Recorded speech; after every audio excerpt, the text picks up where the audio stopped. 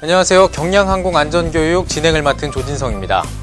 우리나라의 레저 문화가 점차 다양해지면서 항공 레저용 경량항공기를 이용하시는 분들이 점점 늘고 있는데요.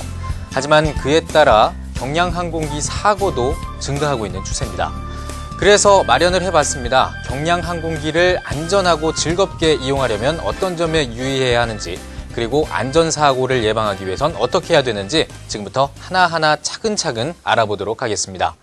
강의를 맡아주실 교관님을 소개하겠습니다. 안철민 교관님입니다. 어서 나오십시오. 네, 안녕하세요. 네, 자기소개를 좀 잠깐 부탁드리겠습니다. 네, 시웨스트 항공 대표 안철민입니다. 네, 반갑습니다. 우리가 이 경량항공기를 이용하기 위해서 가장 기본적으로 지켜야 될 사항은 뭐가 있을까요? 항공기는 자동차와 달리 어느 목적지를 가할 때 반드시 비행계획 승인과 비행계획서를 제출해야 됩니다. 네. 이 비행계획서와 비행계획 승인서, 상당히 듣기만 하면 헷갈리는데요. 이 두 가지가 어떤 차이가 있나요? 예, 기본적으로 이제 일반 항공에서는 비행계획 승인서는 없습니다. 비행계획서만 내고 이제 비행을 하게 되는데, 네. 경량항공기 같은 경우는 안전관리를 위해서 비행계획 승인을 받습니다. 그래서 비행계획 승인은 기본적으로 3일 전에, 비행하기 3일 전에 비행 목적이랄지 경로랄지 동성자 이런 사항들을 통해서 비행계획을 승인을 받아야 됩니다. 그리고 비행계획을 승인을 받은 다음에 실제 비행을 할 때 비행계획서를 냅니다. 비행계획서를 내는 이유는 비행 중에 문제가 발생했을 때 수색 구조를 원활히 하기 위해서 만들어진 거죠. 네. 그럼 이 비행계획 승인서에 대해서 자세히 한번 알아볼까요?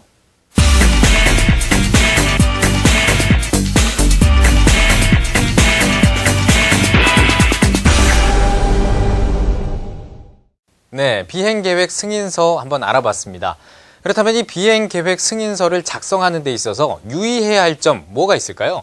예, 비행계획서를 승인을 받는 처리 기간이 3일입니다. 그래서 비행을 하기 위해서 비행 계획을 할 때 최소한 3일 전에 그런 계획 승인을 받을 계획을 하셔야 됩니다. 네, 그렇군요.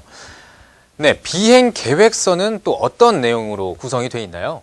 예, 비행계획서는 출발지, 도착지, 그다음에 비행 고도와 속도, 그리고 어떤 목적으로 비행을 하는지, 그리고 비행 경로, 이런 여러 가지들이 포함이 되어 있습니다. 네, 이 비행계획서를 작성할 때 동시에 유의해야 하는 점이 있다면 어떤 점들이 있을까요? 기본적으로 비행계획서를 제출은 실제 비행 1시간 전에 제출합니다. 그래서 실제 비행을 하겠다는 계획이잖아요. 네. 그러기 위해서 이제 실제 항공 출발지와 도착지, 그다음에 항로상의 기상을 철저히 파악을 해야 되고요. 그다음에 그에 따른 노트 함수항을 파악하는 겁니다. 네, 그렇군요. 그렇다면 이 실제 이용자들이 비행계획서를 제출하려면 어떤 방법으로 제출을 해야 될까요? 비행계획서 제출 방법에는 전화로 하는 방법과 그다음 팩스 전송이 있고요. 그다음에 유비카이스라고 하는 인터넷에 있는 정보통신망이죠. 그 정보통신망을 이용해서 제출할 수가 있습니다. 아, 유비카이스라는 곳이 있군요. 그럼 이 유비카이스 어떤 곳인지 자세하게 설명해 드리겠습니다.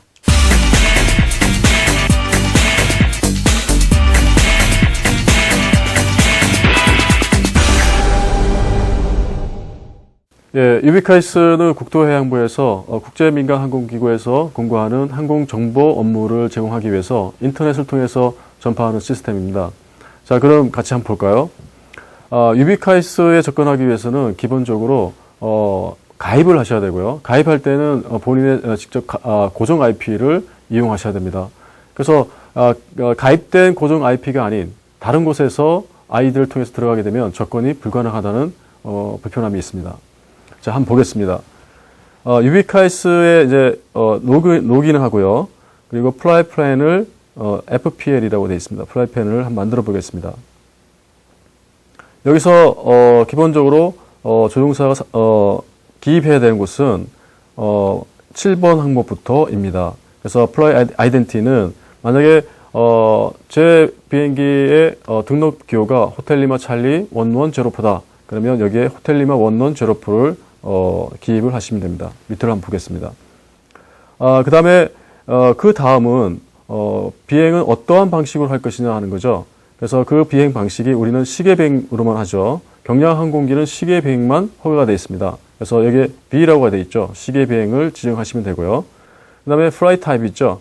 플라이 타입은 전기 운송을 하는 항공이냐, 아니면 항공기 사용 사업을 하는 항공이냐, 부전기 항공을 하는 항공이냐, 아니면 일반 항공이냐 하는 거죠. 우리는 일반 항공을 선택하시면 되겠습니다.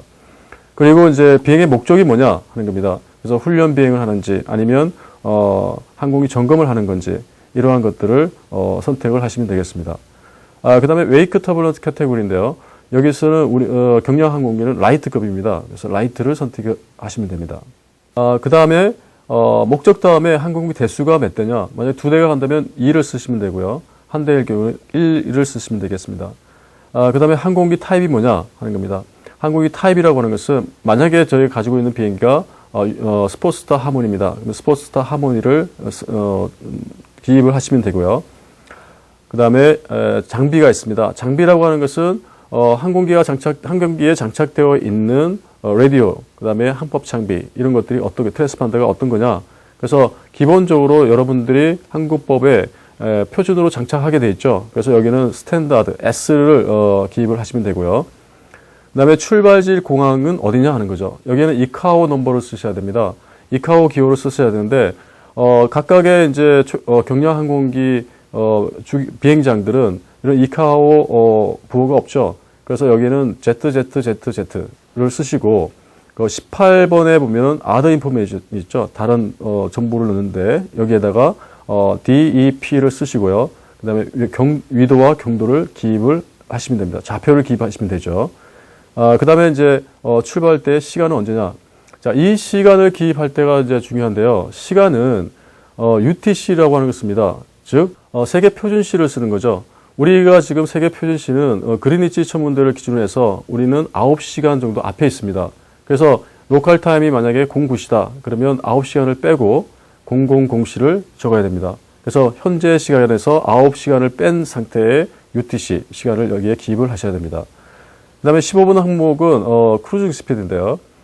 이 스피드는 진대기 속도, 즉 TAS를 기입을 하시면 됩니다. 그래서 나티칼 마일로 할 때는 N을 쓰시면 되죠. N 해서 세 자리 수로 쓰면 되겠습니다.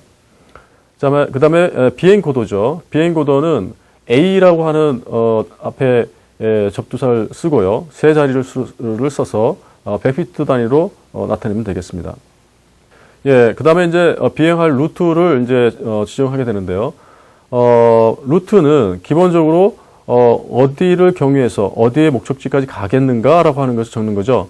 그래서 여기에는 루트별로 항로의 이름이 명칭이 있는데 이런 명칭이 없는 경우에는 여기에 마찬가지로 좌표를 쓰시면 됩니다. 그죠? 또 어디를 경유해야 된다 그러면 거기에 arrival을 쓰시고 좌표를 쓰시고 그 다음에 시간을 다시 쓰시고 다시 도착지와 시간을 다시 쓰시면 됩니다. 자, 16번에는 도착 비행장이 어디냐 하는 것을 쓰시면 되고요.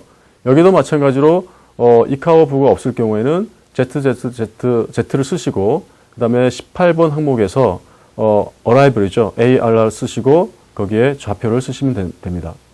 그 다음에 total EET가 있는데 이거는 전체 비행 시간이 어떻게 되느냐 하는 거죠. 그죠? 전체 비행 시간이 어떻게 되느냐. 1시간 30분인가? 아니면 2시간이면 2시간 이렇게 적으시면 되고요. 그 다음에 나머지는 대체 공항이죠. 대체 공항에 대한 정보를 적으시면 되겠습니다. 예. 그 다음에 19번 항목에는 비상에 관련돼서 UHF, VHF, 그 다음에 ELT, 그 다음에 구명정을 갖고 있는가 없는가. 그죠? 그것이 극지방에서 이용될 수 있는 장비 또는 사막에서 이용될 수 있는 장비 이런 것들에 대한 선택을 하는 것이죠. 그 다음에 항공기의 색깔, 예, 그리고 조종사의 성명과 전화번호를 기입을 하시면 되겠습니다. 자, 다 기입을 한 다음에는 이것이 유효한가를 체크를 하셔야 되죠. 그래서 유효 밸리데이트죠. 이걸 체크하시게 되면 오류가 생겼을 때는 이런 오류에 대한 내용이 뜨고요. 정상적으로 처리되게 되면 정상적인 처리 사항들이 나오게 됩니다. 네, 유비카이스까지 자세히 알아봤습니다. 네, 유비카이스를 이용하시는 분들에게 주의사항이나 혹은 뭐 중요한 포인트를 짚어주신다면 어떤 게 있을까요? 예, 기본적으로 비행 계획서를 제출하고 종료하는 것은 조종사의 책임입니다. 그래서 비행이 종료된 다음에는 30분 이내에 반드시 관할 기관에 통보를 하셔야 됩니다. 네, 그렇군요. 이제 마칠 시간입니다. 마지막으로 한마디 덧붙이신다면 어떤 말씀을 해주고 싶으십니까? 예, 현재 경량항공기를 이용해서 사진 촬영들을 많이 하고 있는데요. 국가안전시설이나 기밀시설에 대해서는 국방부의 사전 허락 없이 촬영을 해서는 안 됩니다. 만약 촬영을 하다가 적발 시에는 3년 이하의 징역 또는 1천만 원 이하의 벌금에 처해지게 됩니다. 각별히 유의하시기 바랍니다. 네.